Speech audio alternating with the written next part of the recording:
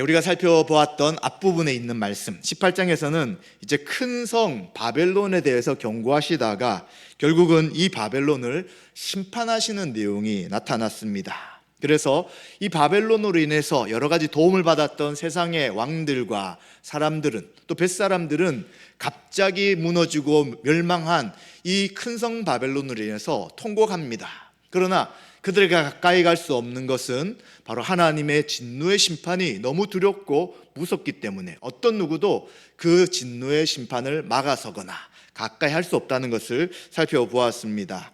이제 오늘 읽었던 19장은 예수님께서 재림하십니다. 재림하셔서 어린 양의 혼인잔치를 벌이십니다. 그리고 어린 양의 혼인잔치를 통한 성도의 구원과 함께 반드시 일어나는 것은 악한 자들에 대한, 그리고 사단과 또 거짓 선지자와 용에 대한 최종 심판을 하실 것인데, 그것이 어떻게 진행이 될 것인가를 말씀하는 그러한 말씀이라고 할 수 있습니다. 오늘 이 말씀을 통해서 함께 은혜를 나누고자 합니다. 먼저 19장 1절 3절에 보시면 이 일 후에 내가 들으니 라고 이야기하면서 지금 앞에 있는 사건을 받아서 이제 그 사건 이후에 있는 일들을 이야기해 주고 있습니다. 즉 바벨론의 심판, 이 심판을 통해서 하나님의 영광과 또 하나님께 성도들의 고통과 고난 가운데 일들을 행했던 큰 성 음녀 바벨론이 심판받게 됩니다. 그 후에 또 사도 요한은 듣게 됩니다. 어떤 소리를 듣게 되자면 하늘에 허다한 무리의 큰 음성을 듣게 됩니다. 음성이 어떤 것이 들리냐면 할렐루야, 구원과 영광과 능력이 우리 하나님께 있다라고 이야기하면서 그의 심판은 참되고 의롭다라는 소리가 들립니다.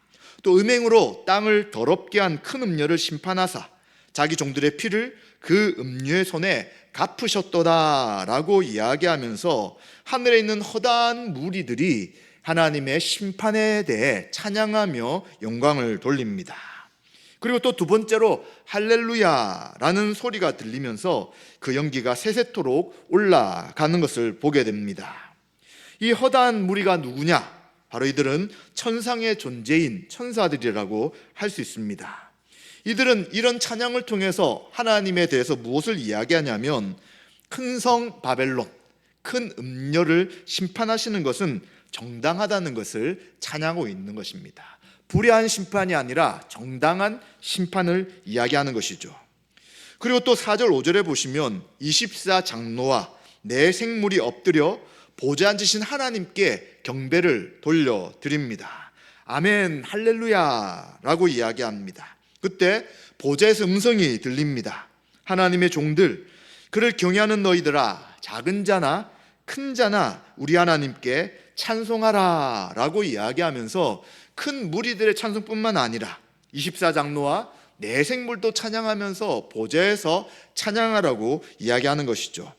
24장로는 요한계시록 앞부분에서 우리가 이미 살펴본 것처럼 신약과 구약의 구원받은 성도들을 다 지칭하는, 상징하는 표현으로 보았고요. 네 생물은 피조 세계를 대표하는 존재들이라고 하였습니다.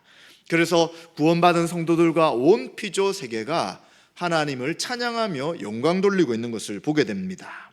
그리고 또 6절 8절에 또 다른 소리가 있습니다. 이 소리는 허다한 무리의 음성이고요, 많은 물소리 같고요, 큰 우레소리 같은 그 어마어마한 소리가 들립니다. 1절에 나온 무리와는 동일하지 않지만 훨씬 거대한 합창 소리를 묘사하고 있습니다.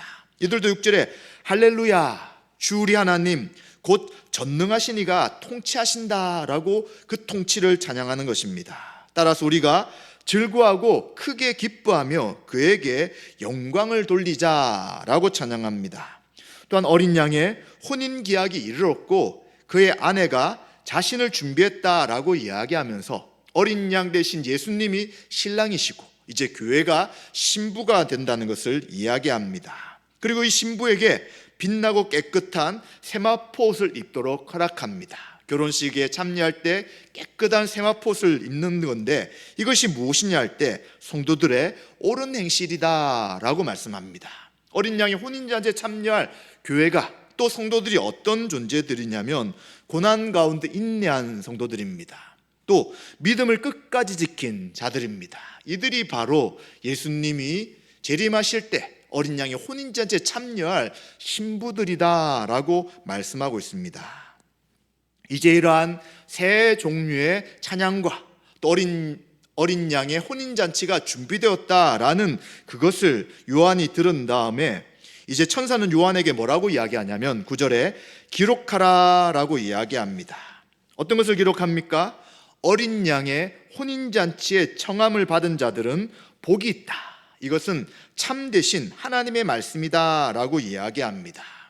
잔치가 벌어졌는데 그 잔치에 초대받지 못한다는 것은 얼마나 슬픈 일입니까? 그러나 우리 성도들이 예수 그리스도를 믿는 믿음과 또 고난 가운데서 인내함을 통하여 그리고 또 성도들의 올바른 행실을 통해 그 어린 양의 혼인잔치에 참여하게 되는 자들, 참으로 복되다라고 하는 것이죠. 이 어린 양의 혼인잔치에 참여한 자들은 영원한 구원을 받으며 또 완성된 그 하나님 나라에서 의와 평강과 희락을 누릴 수 있기 때문에 복된 것입니다.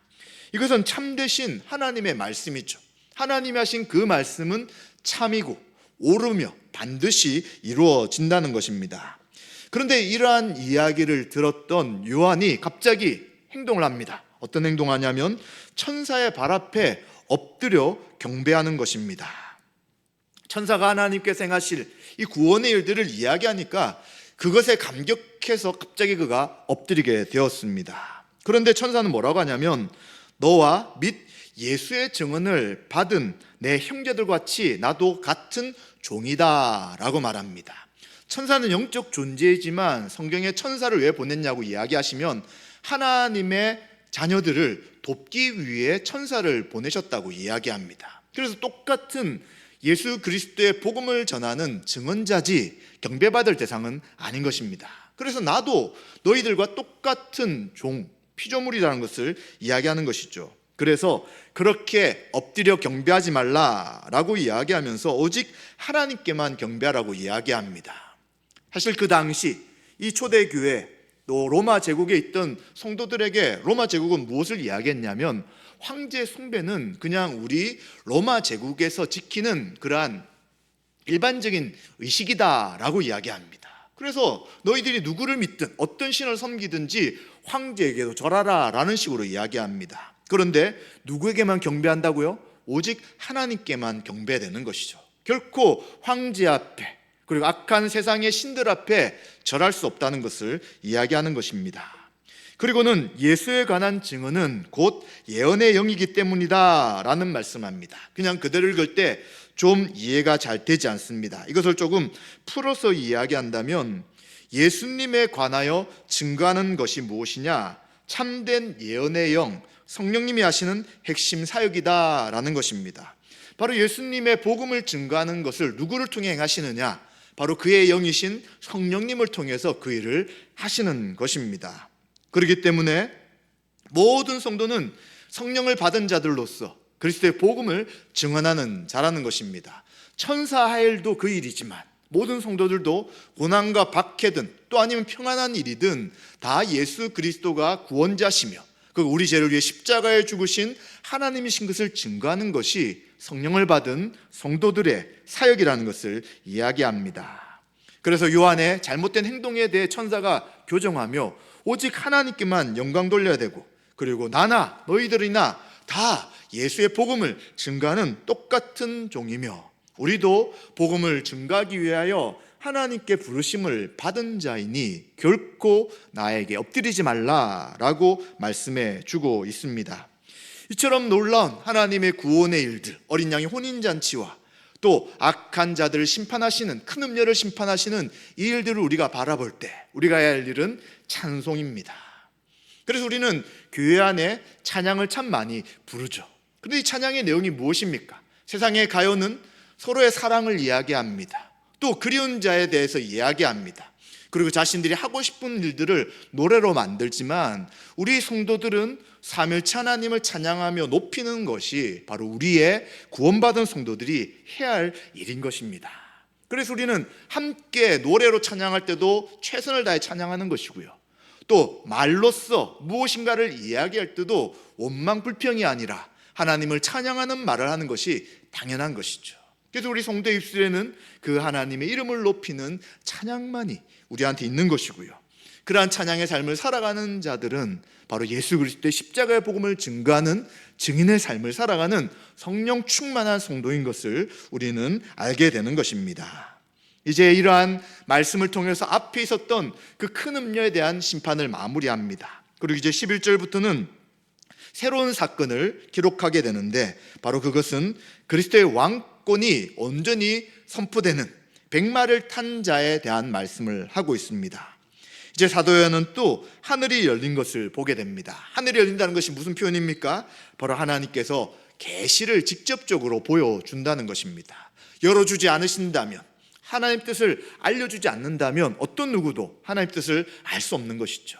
사도 요한에게도 하나님의 뜻을 계시하신, 보여주신다는 것을 알게 되는 것입니다. 무엇을 보게 되냐? 바로 보라, 백마와 그것을 탄 자가 있다라고 하면서 백마를 탄 자를 보라고 이야기합니다. 백마는 고대에서 승리와 정복을 상징합니다. 그리고 로마의 개선 장군들이 들어올 때 이 백마를 타는 것이죠. 즉 승리하신 개선장 같은 분이 바로 백마에 타고 있다라는 것들을 알게 됩니다. 그런데 그 이름이 무엇이냐면 충신과 진실입니다. 거짓 없고요, 완전한 진실을 가진 분이다 라고 말합니다. 누구와 대조가 되냐면 짐승 세력들은 항상 사람들을 속입니다. 또 이들은 날마다 거짓 가운데 있는 자들입니다. 이들과 다르게 거짓이 없는 완전한 진실만 행하시는 분이다 라고 이야기하는 것이죠. 또 이분은 무엇을 하시느냐? 공의로 심판하여 싸우는 분이다 라고 말씀합니다. 의로운 심판자죠.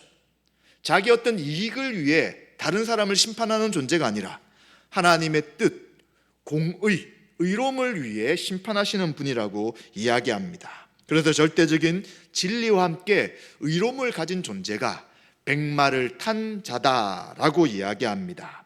그럼 이 백마에 탄 분이 어떤 모습을 가지고 있느냐, 또 무엇을 하느냐가 12절과 16절에 말씀합니다. 그 눈은 불꽃 같습니다. 불꽃 같다는 것이 무엇입니까? 모든 것을 꿰뚫어 볼 수 있는 전지전능한, 모든 것을 아는 능력을 가진 분이라는 것을 보여주죠. 또 머리에는 많은 관들이 있습니다. 또 이름을 쓴 것이 하나가 있는데 자기밖에는 알지 못한다라고 합니다. 왕관이 많다는 것은 바로 절대주권, 절대적인 왕권을 가지고 있다는 것을 상징하는 것이죠.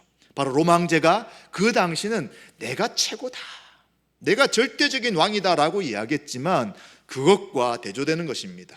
로마 황제는 잠깐 있다가 사라진 존재지만 백마 위에 탄 이분은 온전한 절대 주권인 왕권을 가지고 계신 분이다라는 것들을 이야기합니다. 그리고 또 이름을 썼는데 하나가 있는데 자신밖에 모른다라는 표현은 그 당시 이제 고대 사회에서는 이름을 알게 되면 그 이름을 가지고 저주를 하거나 또 그 이름을 통해서 그를 지배하고 다스릴다라는 생각들을 하였습니다. 그런데 아무도 이름을 모르는 것이죠.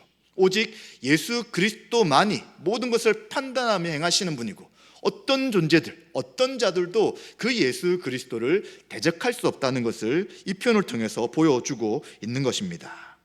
그런데 그가 입은 옷이 어떤 옷입니까? 피 뿌린 옷을 입고 있습니다. 그리고 이름은 하나님의 말씀이라고 이야기합니다. 바로 피 뿌린 옷은 이제 행하실 심판을 통하여 그 악한 자들의 피가 묻을 것을 상징적으로 보여줍니다. 또한 이름이 하나님의 말씀이라는 것은 하나님의 뜻을 완전하게 드러내는 존재인 것이죠. 즉 예수 그리스도십니다. 그래서 태초에 말씀이 하나님과 함께 계셨다라고 창세기 1장 1절에, 요한복음 1장 1절에 말씀하고요. 바로 태초에 하나님이 세상을 창조하신 그 창조시에 함께 존재했던 아들이신 예수 그리스도가 백마 탄 자라고 성경은 말씀하고 있는 것이죠. 그럼 백마 탄 예수 그리스도가 무엇을 하십니까? 14절과 16절에 보시면 이제 따르는 자들과 함께 싸우는 무기를 설명해 주고 있습니다. 하늘에 있는 군대들이 따릅니다. 희고 깨끗한 세마포 옷을 입고 백마를 타고 따르고 있습니다. 그리고 그의 입에서 예리한 검이 나옵니다. 그것으로 만국을 치게 되고요, 또 친히 그들을 철장으로 다스리고요, 친히 하나님 곧 전능하신 이의 맹렬한 진노의 포도주 틀을 밟을 것이다 라고 말씀합니다. 초림하신 예수님은 섬기시고 또 우리의 대속물이 되기 위해 십자가에 죽기 이 땅에 오셨습니다. 그런데 재림하시는 예수님은 그렇게 하지 않습니다. 부수시고 그리고 깨트리시고 그리고 진노의 포도주 틀을 밟는 것처럼 하나님의 심판을 행하시는 것이 바로 재림하신 예수님이 하시는 일인 것이죠. 오직 말씀이신 그리스도께서는 친히 입의 검으로써 원수를 소멸하십니다. 그리고 그 옷과 다리에 이름을 쓴 것이 있는데 만왕의 왕이요 만주의 주다라고 말씀합니다. 왜 다리에 이름이 있느냐? 이것은 정확하게 성경에 나타나지 않지만 보통은 칼의 검이 어디에 있습니까? 왼쪽이든 오른쪽에 있든 그것이 다리에서 나오게 됩니다. 그렇기 때문에 심판의 권세를 상징하는 그 이름이 다리에 있다라고 생각해 볼 수 있습니다. 예수 그리스도는 만왕의 왕이십니다. 또 만주의 주가 되십니다. 모든 권력 위에 있는 절대적 통치자, 우주적인 왕이신 것을 이 말씀을 통해서 보여주고 있는 것이죠. 그래서 어떤 누구도 이 백마 탄 예수 그리스도와 대적할 수 없고요, 그리고 예수 그리스도가 다시 오셨다는 것은 이제 복음을 증거하셨고 또 그 복음에 대해서 거부하는 자들에 대한 최종적 심판을 통하여 하나님 나라를 완성하기 위해 예수님이 다시 오신다는 것을 말씀하고 있습니다. 이제 이러한 예수 그리스도의 재림을 통하여 악한 자들이 멸망당할 것을 17절과 21절에 말씀하고 있습니다. 이제 또 17절에 보시면 또 내가 보니 라고 하면서 또 하나의 환상을 요한은 보게 됩니다. 한 천사가 태양 안에 서 있습니다. 태양 안에 서 있다는 것은 공중에 나는 모든 새를 향해서 큰 음성으로 외치는 것처럼 이제 모든 새들을 통제하고 부르고 그리고 그 모든 것들을 할 수 있는 위치에 있는 존재라는 것들을 이야기합니다. 이 천사가 무엇을 이야기하냐면 새들에게 하나님의 큰 잔치에 모여라 라고 이야기합니다. 어린 양의 혼인잔치에 참여한 것은 복되다고 했는데 지금 여기서도 큰 잔치에 모여라고 이야기합니다. 그런데 앞에 말씀한 어린 양의 혼인잔치와는 대조되는 것이죠. 쭉 읽어보시면 심판의 잔치인 것입니다. 지금 악한 자들에 대한 심판이 일어났는데 새들이 그 심판에 있는 시체들을 먹으라는 그러한 이야기를 하고 있는 것입니다. 그래서 왕들의 살과 장군들의 살과 장사들의 살과 또 말들과 그것을 탄 자들의 살, 자유인들이나 종들이나 작은 자나 큰 자나 모든 자의 살을 먹어라 라고 이야기합니다. 굉장히 좀 잔인한 모습이죠. 그런데 우리는 고대 전쟁의 모습을 쉽게 상상해 볼 수 있습니다. 전쟁이 일어났을 때 시신들이 널브러져 있습니다. 그때 이제 독수리나 까마귀나 새들이 와서 그 시신들을 먹는 것이죠. 철저하게 하나님을 대적하는 자들, 예수 그리스도를 대적하는 자들이 패배했다는 것을 보여주는 이미지가 되는 것입니다. 왕, 장군, 말들과 그것을 탄 자들, 자유인들, 종들, 왜 이런 표현들이 다 나타나는 것입니까? 어떤 누구도, 어떤 계층에 있는 사람들도 이 예수님의 심판을 피할 수 없다는 것을 보여주고 있습니다. 그리고 또 요한은 보게 됩니다. 19절 21절이죠. 그 짐승과 땅의 임금들과 그들의 군대들이 모여 그 말 탄 자와 그의 군대와 더불어 전쟁을 일으킵니다. 바로 예수 그리스도와 그를 따르는 자들과 싸움을 일어나게 되는 것이죠. 영적인 싸움이라고 할 수 있습니다. 그런데 어떻게 되느냐? 함께 싸우기에 모였지만 결과는 어떻게 싸웠는지에 대한 아무런 설명이 없습니다. 그리고는 이제 짐승이 잡히고 그 앞에서 표적을 행하던 거짓 선지자가 함께 잡혔다라고 말씀하면서 이 악한 자들이 그리스도와 싸우려고 했지만 싸워보지도 못하고 패배한 것을 보여주고 있습니다. 이 거짓 선지자는 무엇을 했느냐? 짐승의 표를 받고 그의 우상에게 경배하는 자들을 표적으로 미혹했던 자라고 이야기합니다. 그러면 이 짐승과 거짓 선지자는 어떻게 됩니까? 이 둘이 산채로 유황불 붙는 못에 던져지게 됩니다. 최종적 심판을 받게 되는 것이죠. 그리고 또한 그 나머지 말탄자 입으로 나오는 검에 나머지는 죽게 되었다라고 말씀합니다. 따라서 하나님의 최종적이고 되돌릴 수 없는 심판을 의미하는 것이죠.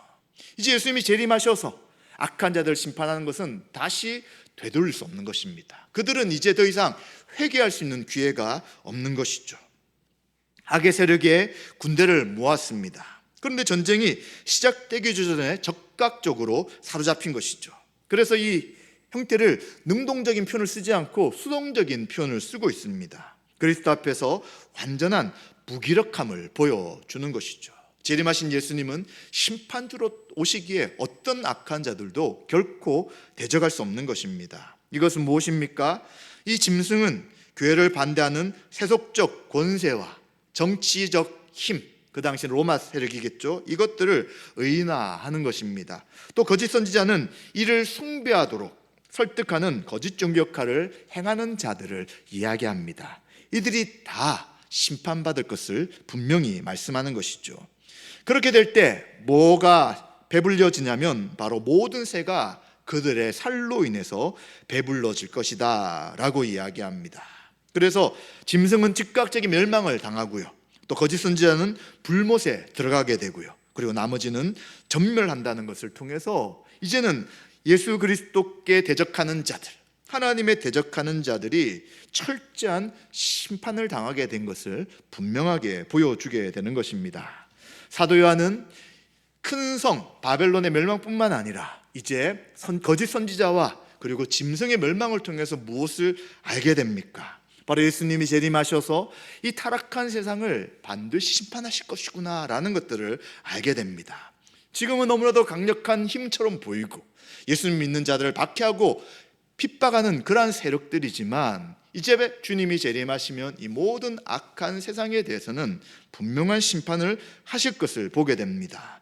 바로 예수님은 백마를 탄 자시며 충신과 진실이시며 어떤 자들도 예수님과 대적할 수 없다는 것을 분명하게 보여주는 것이죠. 따라서 이러한 예수님의 심판에 대해 하늘에 속한 자들은 경배하며 찬양하며 영광 돌리게 되는 것입니다. 우리가 어떨 때 소망이 있습니까? 바로 하나님께서 미래에 어떻게 하실 것을 보여준다면 현재 많은 고난과 어려움이 있을지라도 우리는 결코 소망을 놓치지 않을 것입니다. 그런데 미래가 어떻게 될지, 죄송합니다.